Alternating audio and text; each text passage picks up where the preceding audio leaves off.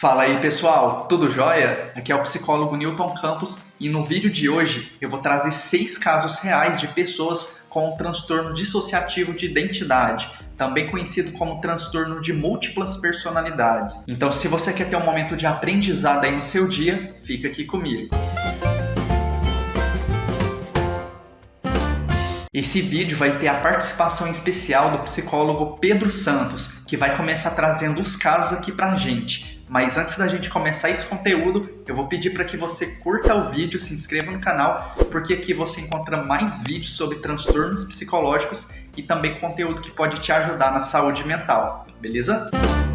Fala Newton, tudo bom meu querido? Fico muito feliz em participar aqui do canal, em poder contribuir aqui com vocês. E eu vou falar um pouquinho sobre o transtorno dissociativo de identidade, que é muito complexo, é muito polêmico também. E vou comentar aqui alguns casos com vocês. Mas antes de falar um pouco sobre os casos, eu acho importante dizer que o transtorno dissociativo de identidade é muito curioso porque é raro, não se trata de um transtorno muito comum dentro do universo de possibilidades de transtornos mentais, né? Já tiveram vários outros nomes, né? Já chamaram de transtorno da dupla personalidade. Esse nome caiu justamente porque percebeu-se que, na maioria das vezes, não se tratavam apenas de duas personalidades, mas de várias, né? E depois o transtorno de personalidades múltiplas e agora o transtorno dissociativo de identidade. E eu acho interessante que o nome seja esse, né, transtorno dissociativo de identidade, porque existem muitas dissociações, né, e as dissociações basicamente são lapsos em que a pessoa não lembra exatamente o que aconteceu, o que ela fez e como ela agiu. E geralmente essas dissociações elas são desencadeadas, né, gatilhadas por eventos traumáticos. Inclusive, hoje o que se sabe desse transtorno é que em mais de 90% dos casos, né, ou seja, na maioria esmagadora, as pessoas que portam esse transtorno sofreram algum trauma, seja na infância ou na fase adulta. Geralmente na infância, né? Mas existem alguns casos de pessoas que também sofrem um estresse pós-traumático já adultos e acabam desenvolvendo a identidade dissociativa, né? Por conta disso. E aí existem alguns casos muito icônicos, né, na mídia, e eu vou falar brevemente para vocês sobre 3 casos que são muito interessantes e que eu acho que vale muito a pena vocês conhecerem para entender um pouco melhor como é que acontece o TDI, transtorno dissociativo de identidade. Um dos casos mais notórios, e talvez porque foi um dos primeiros também a ser popularizado, a ficar famoso, foi o caso do jovem Louis Vivet, ou Vivet, né? Quem souber aí francês pode me corrigir. Esse caso aconteceu no século XVIII e se tratou de um jovem que era filho de uma prostituta, né? A mãe dele deixava ele em estados de vulnerabilidade, em locais bem promíscuos, até pela natureza da profissão dela, batia muito nele, era muito negligente com ele, enfim, uma péssima mãe. Ele não conhecia o pai dele e isso fazia com que ele se tornasse uma criança extremamente vulnerável, né? Tanto é que aos 8 anos de idade, Luiz já cometia certos crimes, né? Certos delitos como furto e tudo mais. E a infância e a adolescência dele foi bem errática, né? Pelos ambientes que ele frequentava, pela forma como ele era tratado pelas pessoas. Isso fez com que ele fosse, né, detido, passasse um tempo detido. Depois ele foi solto. Quando ele foi solto, ele tentou reconstruir ali a vida dele ainda na adolescência.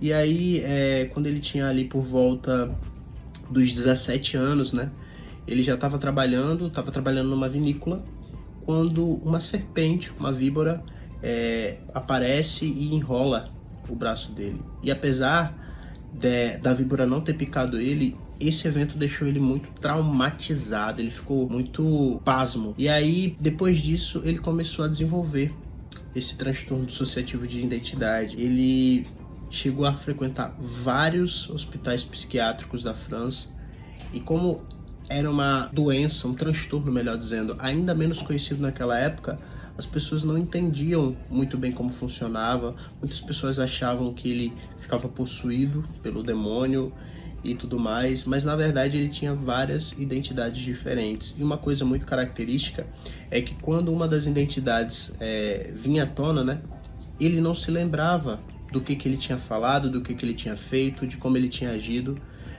depois do fato. E isso se tornou muito, muito conhecido na época da história, porque, como eu disse, foi um dos primeiros casos.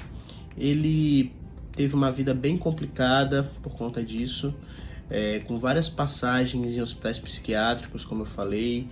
Naquela época, o tratamento ainda era mais difícil, né? Principalmente por ele vir de uma origem muito pobre. E ele acabou falecendo alguns anos depois, na miséria e basicamente sem as pessoas entenderem exatamente quantas personalidades ele tinha, porque isso ainda é um debate.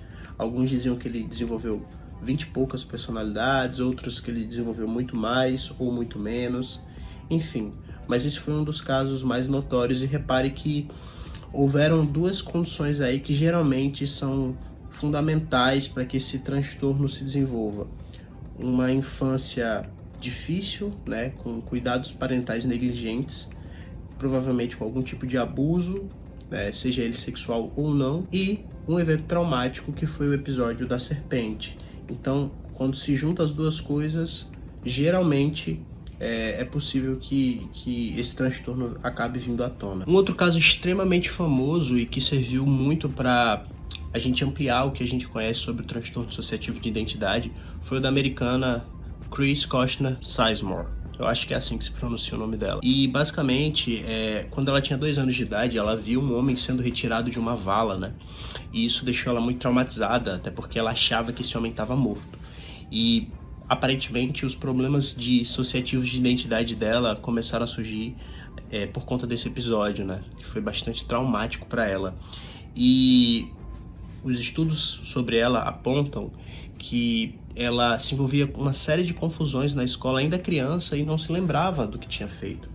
E aí os pais começaram a desconfiar disso, mas a vida dela seguiu sem, enfim, muitos episódios significativos, até que quando ela tinha 25 anos, uma das personalidades dela, que ela conta que se chamava Eva Black, né, quis matar uma filha recém-nascida que ela tinha. E aí outra personalidade dela, que era Eva White, não permitiu, como se fosse, digamos, o anjinho e o demôniozinho, né? Vamos colocar dessa forma. Mas eram personalidades dela mesmo. E aí ela ficou assustada com isso, procurou ajuda. Em 1957, ela começou a fazer tratamentos psiquiátricos. Essa mulher, ela passou por inúmeros especialistas, inclusive se submeteu a tratamentos muito invasivos, digamos assim, e até bem desconfortáveis. Tentaram inclusive fazer eletroconvulsão com ela. E aí na década de 70, quando Chris já tinha aproximadamente 40 e poucos anos, né, aparentemente todas essas personalidades que foram desenvolvidas e que num dado momento acreditavam-se que eram mais de 20, se fundiram numa só. E aí ela começou a fazer palestras e a divulgar um pouco mais sobre o transtorno dissociativo de identidade, a ponto de que a história dela ficasse tão conhecida que se tornasse um filme que foi indicado ao Oscar, né? As Três Máscaras de Eva, e que eu recomendo demais para você entender um pouco melhor sobre o transtorno dissociativo de identidade. Outra mulher que ajudou muito a entender o transtorno dissociativo de identidade foi a escritora americana Trude Chase. Trude, ela também viveu uma vida muito difícil na infância, sofreu alguns abusos sexuais e ela decidiu procurar um psiquiatra na fase adulta. E quando ela procurou pelo psiquiatra, foi descoberto que ela tinha nada menos do que 92 personalidades diferentes. E tinham personalidades de crianças, né, com 5 ou 6 anos, e tinha uma personalidade de um irlandês, um filósofo irlandês de mais de 1000 anos. E ela realmente mudava o tom de voz, ela realmente mudava a postura física, o comportamento dela quando cada uma dessas personalidades assumiam o poder, digamos assim. E ela escreveu um livro, né, que foi escrito em primeira pessoa, em que ela meio que dá voz a cada uma das suas personalidades, que a tradução desse livro é Quando o Coelho Urra. Você pode pesquisar também, que eu acredito que existe a tradução em português. E basicamente a experiência pessoal dela, né, e ela poder colocar para fora através da literatura tudo que ela experimentou na vida dela, fez com que muito se entendesse sobre o transtorno dissociativo de identidade. Vale ressaltar que a vida dela foi muito voltada para esse sentido também, para dar palestras, para explicar como é que o transtorno funcionava. E ela também morreu recentemente, morreu em 2010, né? Então são pessoas que ajudaram muito para que a gente entendesse como é que esse transtorno funciona, mas é importante destacar que ainda precisa haver muito mais estudos sobre isso. O fato dele não ser tão incidente no espaço clínico também dificulta um pouco, é razoavelmente raro, né?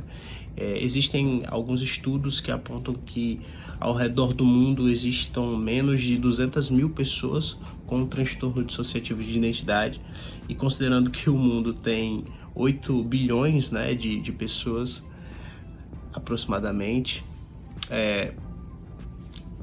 uma incidência bem rara, né? Mas espero que vocês tenham gostado desses casos, e é realmente um transtorno muito fascinante. Legal demais, Pedro. Muito bom aí. Muito obrigado aí pela participação. Depois a gente marca outra collab aí, fechou? Mas enfim, continuando aqui a nossa lista sobre casos de múltiplas personalidades, vamos falar sobre o caso de Shirley Manson, uma americana que tinha 16 personalidades. A Shirley também teve uma infância conturbada. Ela escutava histórias horríveis sobre sua mãe, que era diagnosticada com esquizofrenia. Além disso, a Shirley sofreu diversos abusos quando era criança. Todas essas situações traumáticas fizeram com que sua mente se desfragmentasse, criando ali 16 personalidades diferentes para poder lidar com o sofrimento. E por mais que ela tivesse um transtorno mental grave, a Shirley conseguiu ter uma vida normal. Ela foi professora de arte em uma universidade e abriu uma galeria, pintando ali diversos quadros. Inclusive, nesses quadros, ela conseguia retratar suas diferentes formas de ver o mundo. Shirley Manson faleceu em 1998 devido a um câncer de mama. Após sua morte, sua história foi retratada no livro Sibyl, escrito pela escritora Flora Rhett. Agora vamos conhecer um pouco da história de Billy Milligan, outra pessoa que possuía o TDI. Segundo alguns especialistas, ele tinha cerca de 24 personalidades. O Billy nasceu em Miami Beach no ano de 1955. E desde criança já apresentava problemas psicológicos. Ele já possuía 3 personalidades nessa época, o que resultava em problemas sérios na escola. O seu transtorno mental continuou trazendo problemas também na vida adulta, porque a partir dessa fase ele começou a praticar crimes, como assalto à mão armada, sequestro e abusos sexuais. Mas ele acabou sendo absolvido desses crimes por conta da sua condição psicológica. Ele se tornou o primeiro homem absolvido por conta de problemas psicológicos lá nos Estados Unidos. Sua vida terminou em 2014 devido a um câncer. O Billy também não teve uma boa estrutura familiar. Ele cresceu sem a presença do pai, pois ele tirou sua própria vida quando o Billy tinha 3 anos de idade. Depois disso, sua mãe casou com um homem que trouxe diversos danos físicos e psicológicos. Segundo alguns relatos, esse homem abusou e torturou Billy quando ele ainda era criança. Esses fortes traumas desenvolveram o transtorno dissociativo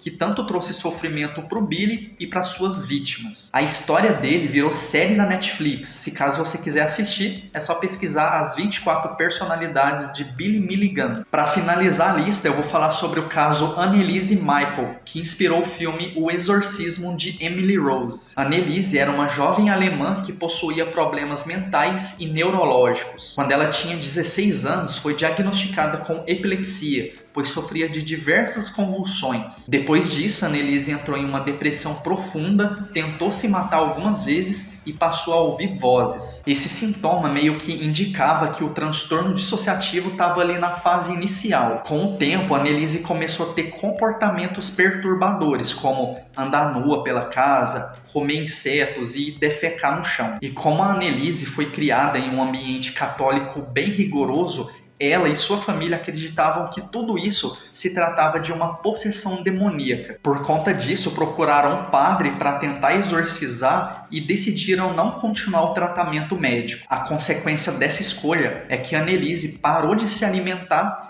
e morreu de desnutrição em 1976. Infelizmente, todos esses casos que a gente falou aqui aconteceram em uma época em que o transtorno dissociativo de identidade estava sendo começado a ser estudado e não tinha muito tratamento para ele. Por conta disso, as pessoas com esse transtorno sofriam diversos prejuízos e eram tratados como loucas pela sociedade. Hoje em dia, a gente entende que esse transtorno é sério e que precisa de tratamento para a pessoa ter uma qualidade de vida melhor. É totalmente possível procurar um tratamento para ter uma vida saudável ali. O tratamento é feito ali com um psiquiatra, passando ali alguns medicamentos, e com um psicólogo, que vai trabalhar a parte mental, a parte psicológica. Então fica meu recado aqui. Se você sente que possui esse transtorno ou conhece alguém que possua, procure ajuda. Eu e o psicólogo Pedro estamos dispostos a te ajudar. Então qualquer coisa, chama a gente. Eu vou deixar nosso contato aí na descrição, beleza?